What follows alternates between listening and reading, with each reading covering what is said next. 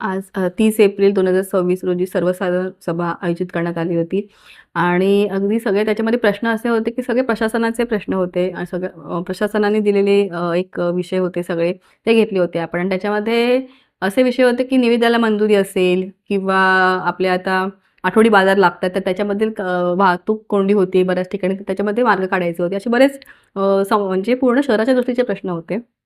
आणि हे सगळे प्रश्न प्रशासनाचे आलेले होते.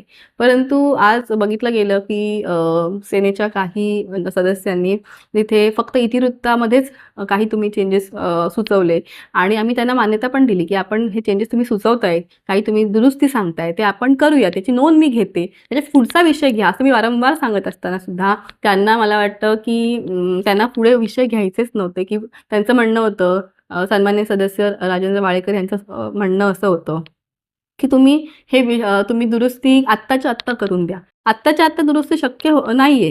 त्याला वारंवार ते सांगत होते, की पुढच्या सभेच्या वेळेला तुम्हाला जे तुम्ही सांगताय त्या पद्धतीने दुरुस्ती करून घेऊ, त्याची नोंद घेऊ व्यवस्थित आणि विषय पुढे घ्या. जेणेकरून जे इतके मागच्या आपण बघतोय 3 सभांमध्ये, मागच्या 2 सभांमध्ये विषय रद्द केले एका सभेत, दुसरी विषय सभा तहकूब केली आणि म्हणजे शहराचे जे प्रश्न आहेत ते पुढे नुसतं ढकलण्याचं काम चालू आहे आणि कुठलंही काम करत नाहीयेत.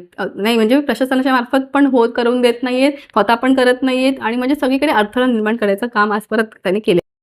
त्यांनी मला असं म्हणायचं आहे, की पक्ष असेल, त्यांनी त्यांचं मत मांडलेलं आहे आणि त्यांनी जे मत मांडलं, त्याच्यामध्ये असं होतं, की त्यांनी विरोध केला होता. विरोध जो केला होता कालच्या विशेष सभेमध्ये परवाच्या, आरोग्याचा विषय होऊन न देण्यासाठी हा विरोध झालेला होता त्यांचा सेनेकडून.